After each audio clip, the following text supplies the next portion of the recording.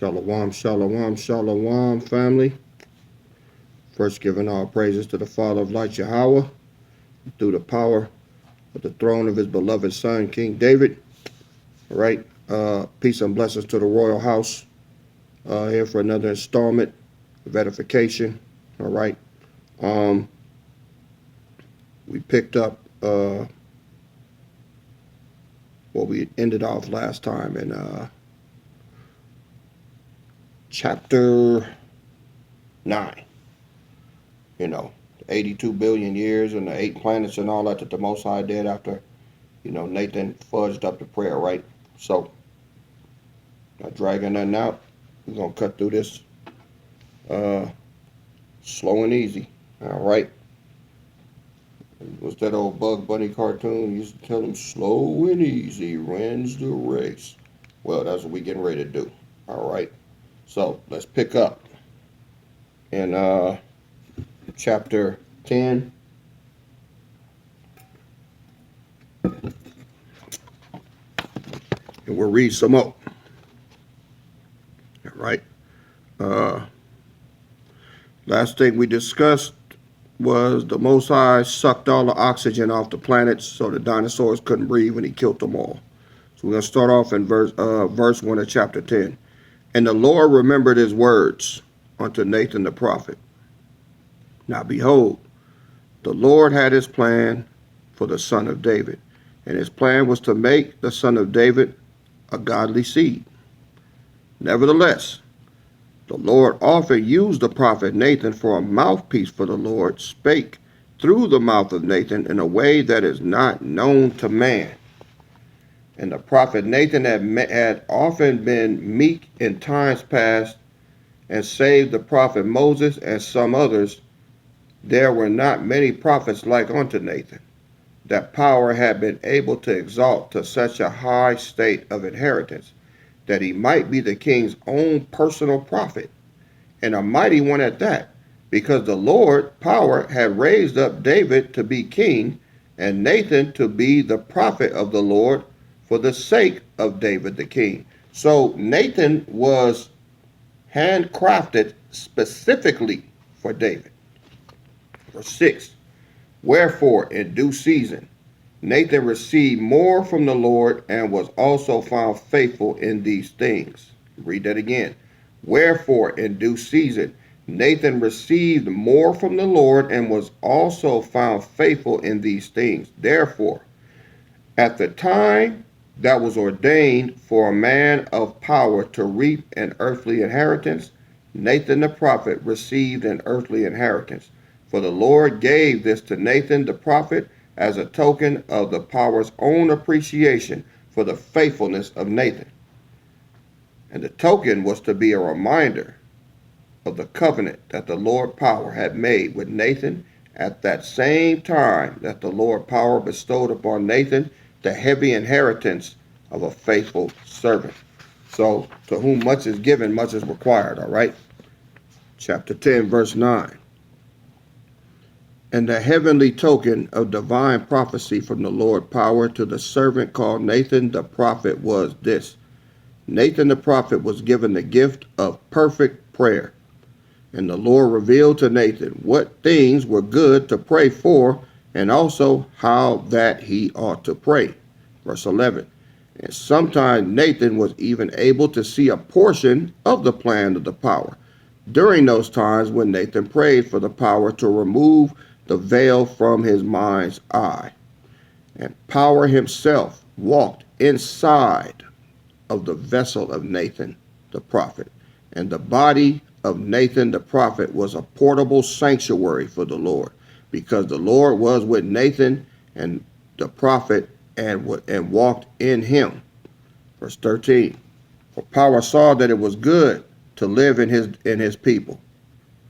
And because power rested on the seventh day from all of his works which he had made, if power wills something to be done, it must needs be that power would do it through the sons of man.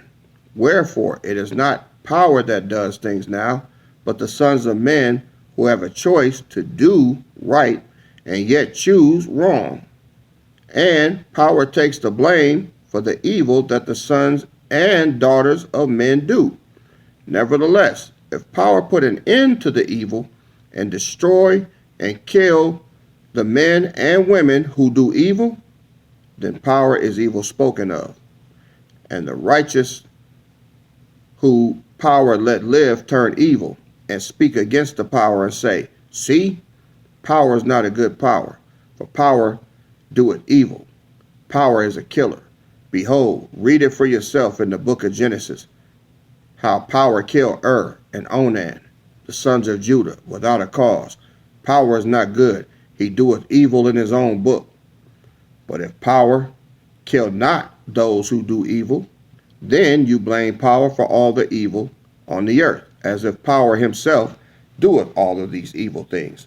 And so then you say, if there was even a power, behold, power is not real. There is no power. For if there is, then why does power allow for all of this wickedness to take place in our world, which is called power have given us? Why does power let this happen and that happen? But I say unto you, it is not the power who doeth evil, it is you. Would you rather that the power make you into an idol with no breath, with no choice except to stand still, with no life in you? Surely power could have made you an idol with no choice, like unto all these idols that you worship, who are not able to choose what they will, but must sit in one place until you move them to another. Would you like to be an idol, which cannot see, cannot hear, cannot speak, and cannot make any decision, with no life, no breath, no joy, no choice of good or evil?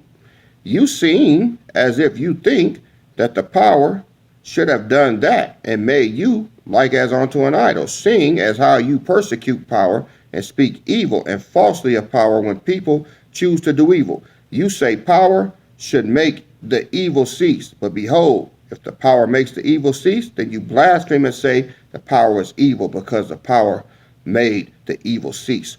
Woe unto all of you who believe not the words of the power, for they are found in the book of Nathan the prophet, and that is this book.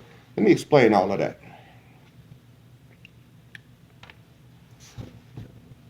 The Father is saying is this. He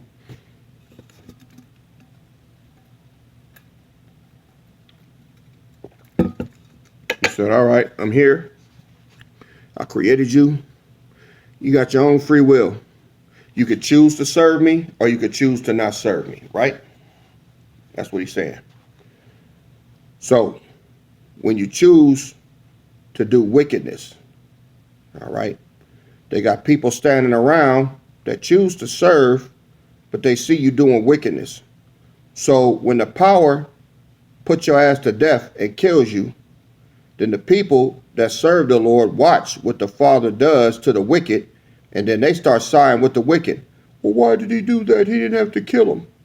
Then on the other hand, if the Father don't do anything, and then he lets the righteous suffer under the wicked, well, why isn't he doing anything? Where is the power at? So right there at the end, what did he say? Verse 19.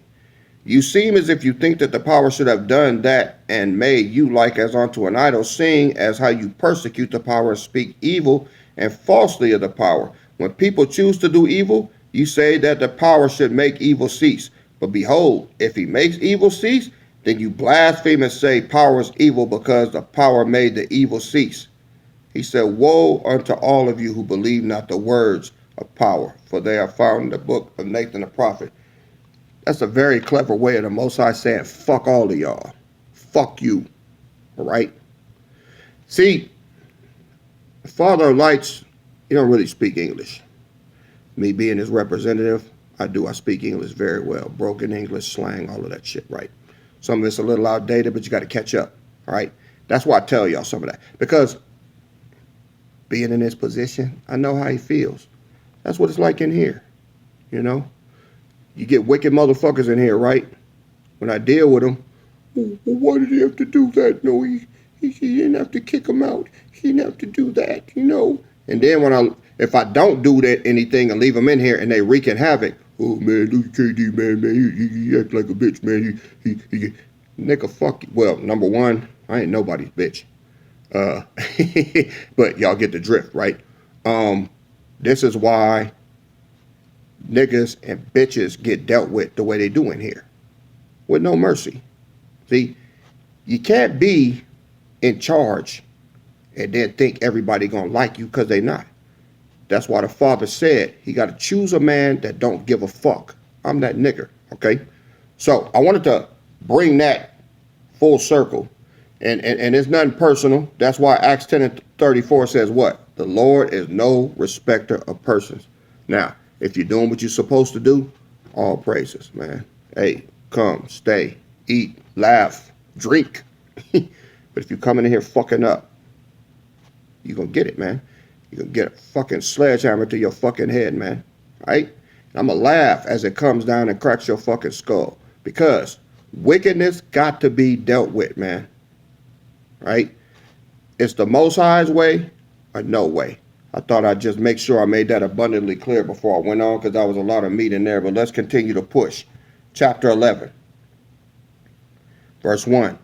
Now because Nathan the prophet was given a good portion of the plan and purpose of power, Nathan the prophet was also equipped with the power to pray a thing into existence. And Nathan was instructed by the Lord on what things he should pray into existence. And Nathan the prophet received the power to do it.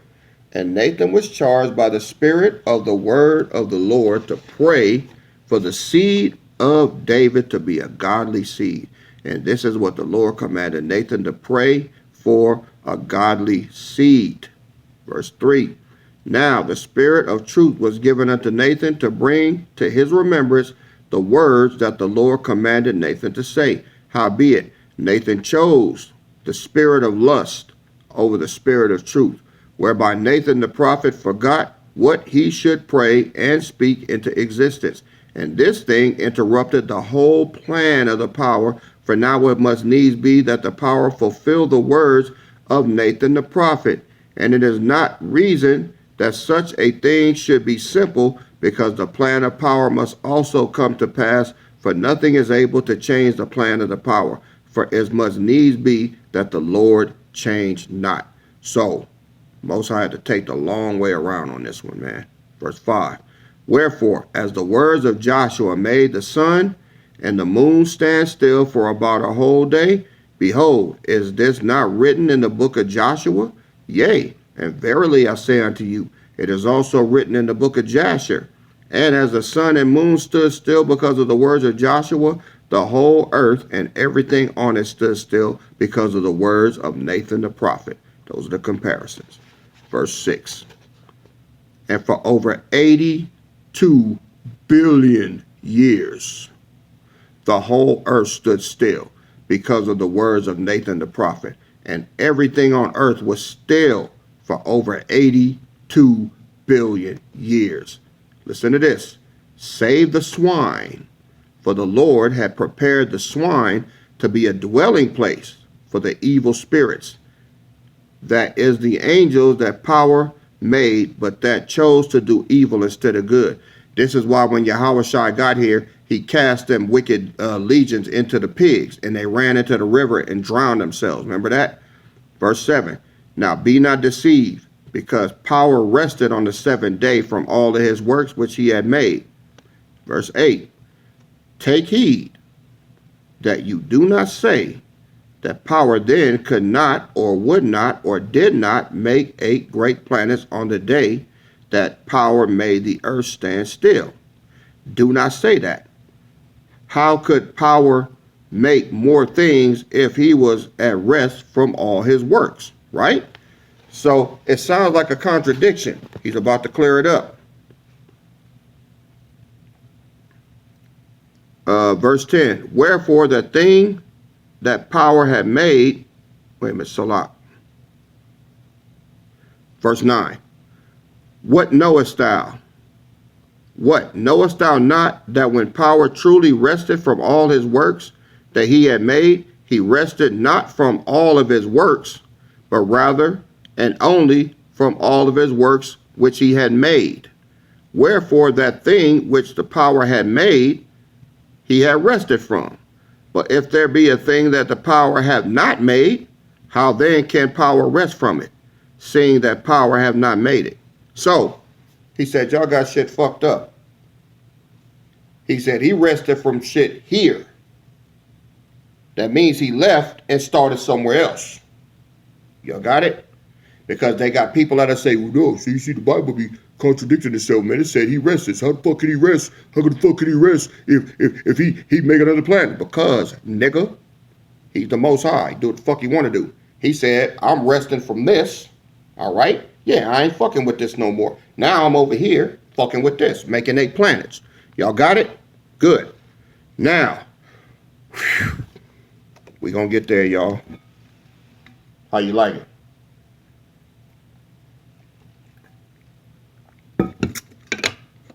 All right, chapter 12, starting at verse 1. Now the time had come for the Lord to do according to the words of Nathan the prophet. See, Nathan said it, Most High got to do it. He's the Most High spokesman. And although it had truly been over 82 billion years, that's the third time he has said it. And although it truly had been over 82 billion years since Nathan the prophet has spoken the words which were not in perfect harmony and agreement and unity with the purpose and plan of the power, the people on the earth knew not that it had been over 82 billion years. There were at that time only 3 people that came to know that over 82 billion years had passed. Now take heed to thyself, and furthermore heed the words of the power. For thou shouldest not imagine that if thou pray a prayer that is against the will of the power, that the power will do it. For power does not answer a prayer except it be according to his will. But go and learn what this means. Nathan the prophet had made a covenant with the power, because power had made a covenant with Nathan the prophet, and the covenant was this. Verse 6. Nathan said unto the power, O Lord power, thou hast exalted me to be the king's own preferred personal prophet. And now I fear lest I speak something, and it look like that it may not come to pass, or perhaps I shall speak the wrong thing to my king, or give my king the wrong advice. And if I give king bad counsel, what then shall happen unto me? For thou, O Lord, knowest how my king is a hard man, and my king has slain well over 10,000 people, and even the most feared giant man of war, and the whole army of Israel was afraid of this Philistine, and my king was but a youth. And the giant Goliath of Gath was the champion of champions from his youth, and my king was only a young boy, and needed no sword to kill a giant which had armor, and shield, and sword, and helmet, and spear, and javelin.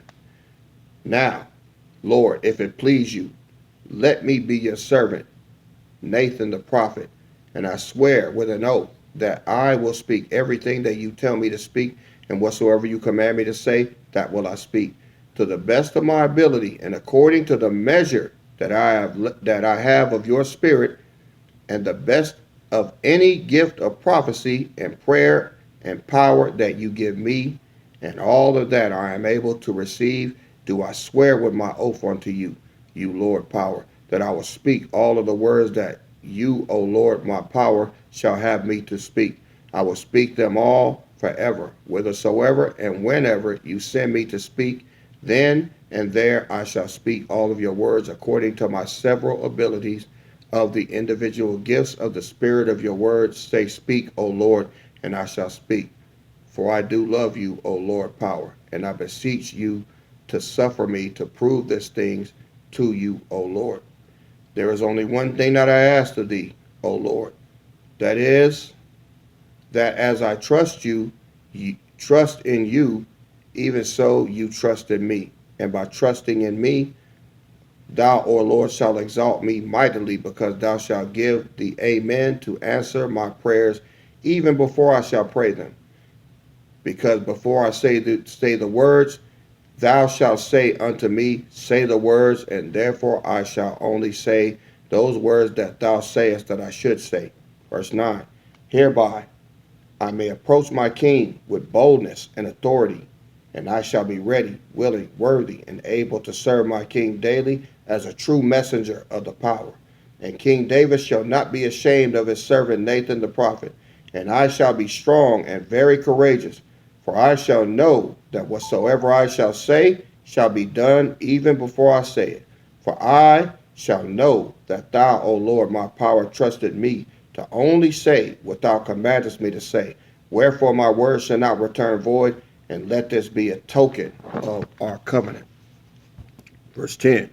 And the Lord said unto Nathan, Thou needest not thy words to be done even before they are spoken to be pleasing in the king's sight.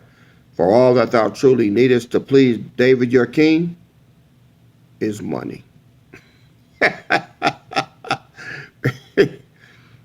Y'all finna hear some cold shit, man. He said, hey, Nathan, you ain't got to do all that, man. All you got to do is give King David your money, man. He like money. Y'all listen to this, man. This is some cold shit. Verse 11. He says, I know you. You are Nathan. And I know the man whom I have ordained to be your king. He is David. But why thinkest thou that David in his youth killed Goliath? He said, why do you think that? Thinkest thou that it was because Goliath said, choose you a man for you, and let him come down to me? If he be able to fight with me and to kill me, then will we be your servants? Or why thinkest thou that David in his youth killed Goliath? Thinkest thou that it was because Goliath said, give me a man that we may fight together? Behold, they that like to fight carry a sword and wear armor. But why thinkest thou that David in his youth killed Goliath? Thinkest thou that it was because Goliath said, I defy the armies of Israel that day? Nay, I say to you, David was not even in the army of Israel. He was a young shepherd boy. He kept the sheep for his family, and he helped out around the house with Jesse, his earthly father. He said, everything y'all thinking, man, that ain't even how it is. David killed Goliath, did you? Nah, he said, David wasn't even in the army, man. He said, those that like to fight, they carry a sword and shield. David was in the back, scooping up sheep shit. Look at verse 18. Why then thinkest thou that David in his youth cared for the things of the army of Israel, if thou understandest that David in his youth was not in Israel's army? So why thinkest thou that David in his youth killed Goliath? He said, why do you think he killed him? Did he kill him because he was defying Israel? Did he kill him because of this? He said, no. Look at verse 20. And the Lord waited on Nathan the prophet to answer, and the Lord gave him space to speak. But Nathan the prophet durst not say a word. And it came to pass that the Lord answered and said, David in his youth, on the day that he killed Goliath, heard the men of Israel say that it shall be that the man who killeth him, the king will enrich him with great riches, and will give him his daughter, and make his father's house free in Israel. When David overheard it, said that the man who killeth him, the king will enrich him with great riches, David said within himself, I shall make sure that I shall be rewarded for this thing. And if it be so that I can truly obtain great riches, then I shall make haste and do it quickly before someone else does. So David was about the money. All right. 23. So then David spake to the men that stood by him, saying, what shall be done to the man that killeth this Philistine? And young David began to be loud, and repeat his words loud, and he argued with his own brethren, and persisted to gather attention from the people, until Saul, the king himself, desired to see young David. So David was kicking up dust so he could be seen. So Saul could be like, who that? Who there? Who that back there? See, David got on the map. And young David said, what shall be done to the man that killeth this Philistine? And David said this thing to confirm his reward money. Look, man. Y'all see how the Most High is? You see how he know who? I've been reading this Bible for 30 damn years, and I never got that out of it until now. I'm just getting it now in this book. So if you know David like that, how well do you think you know you? with your little funny ass ways where you think you're hiding shit. And he see through your ass like glass. Some scary shit, huh? Man, look. He did it for the reward money. Damn. Verse 25. Now behold, I am the Lord of lords, I am the King of kings, as King David is your king, I am his king. And again I say unto you, I am the Lord, and I search the hearts of men, and I know every heart that I have made, or else would a man who buildeth an house not know every room that is in the house that the man builds? So should I not know the heart of every man that I the Lord have made and fitly framed together? Wherefore, you needest not thy words to be done, even before they are spoken, to be pleasing in the king's sight. For I say unto you, that all that thou truly needest to please David, the king, is money. Damn. Damn. Man, look. Man, I don't even feel like reading no more. You know, kind of hurt my feelings.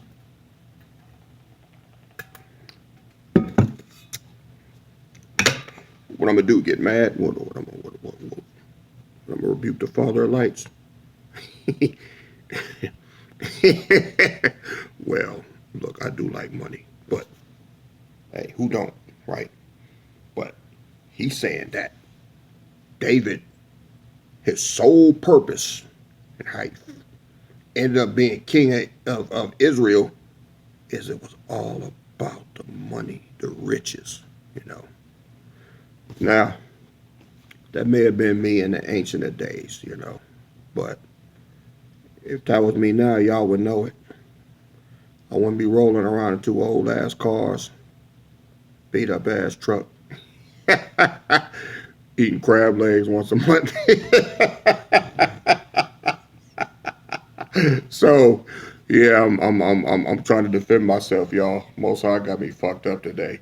But look, y'all, I know y'all don't want to hear this, but I done reached the end of verse 20. Where were we at? 26. I'm gonna have to pick up verse 27. All right. I'll pick up verse 27 on our next go round, man. I gotta pick my face up off the floor, man. Father of Lights done crack me in my motherfucking head. All right. So, all praises to our Father Yahweh, through the spirit and power of his throne, King David, his servant. Peace and blessings to you, family. All love to you. I pray that these messages are blessing your soul and you getting a brighter understanding and expanding your mind. All right. We're going to keep pushing this line and get through this book.